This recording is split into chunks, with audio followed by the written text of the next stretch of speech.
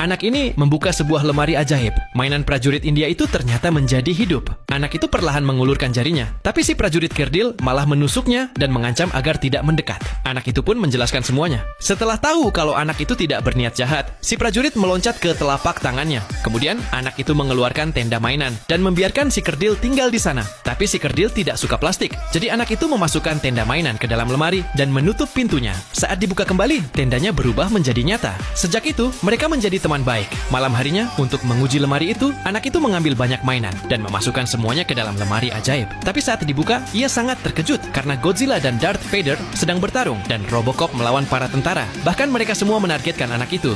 Jadi, ia pun buru-buru menutup pintunya. Saat pintunya dibuka lagi, semua mainan itu kembali jadi mainan biasa. Keesokan paginya saat bangun tidur, si kerdil mengeluh kalau kamarnya sangat membosankan. Anak itu pun membawanya ke halaman belakang. Tapi terjadi kecelakaan. Si kerdil nyaris dimakan oleh burung. Mereka segera kembali ke kamar. Anak itu melihat bahwa kaki si kerdil telah dipatuk burung. Untuk mengobatinya, anak itu mengambil mainan dokter dan memasukkannya ke dalam lemari ajaib.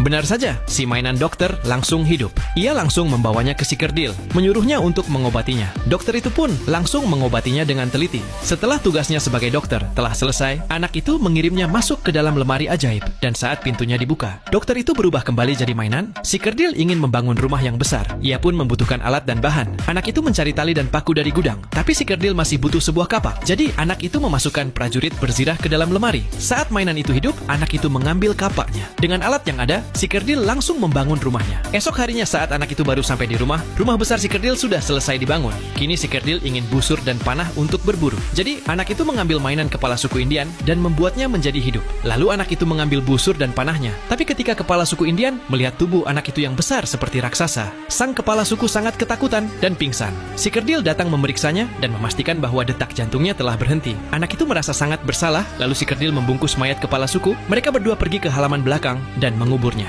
Melihat si kerdil yang kini kesepian, anak itu membuat keputusan yang berani. Keesokan harinya anak itu membawa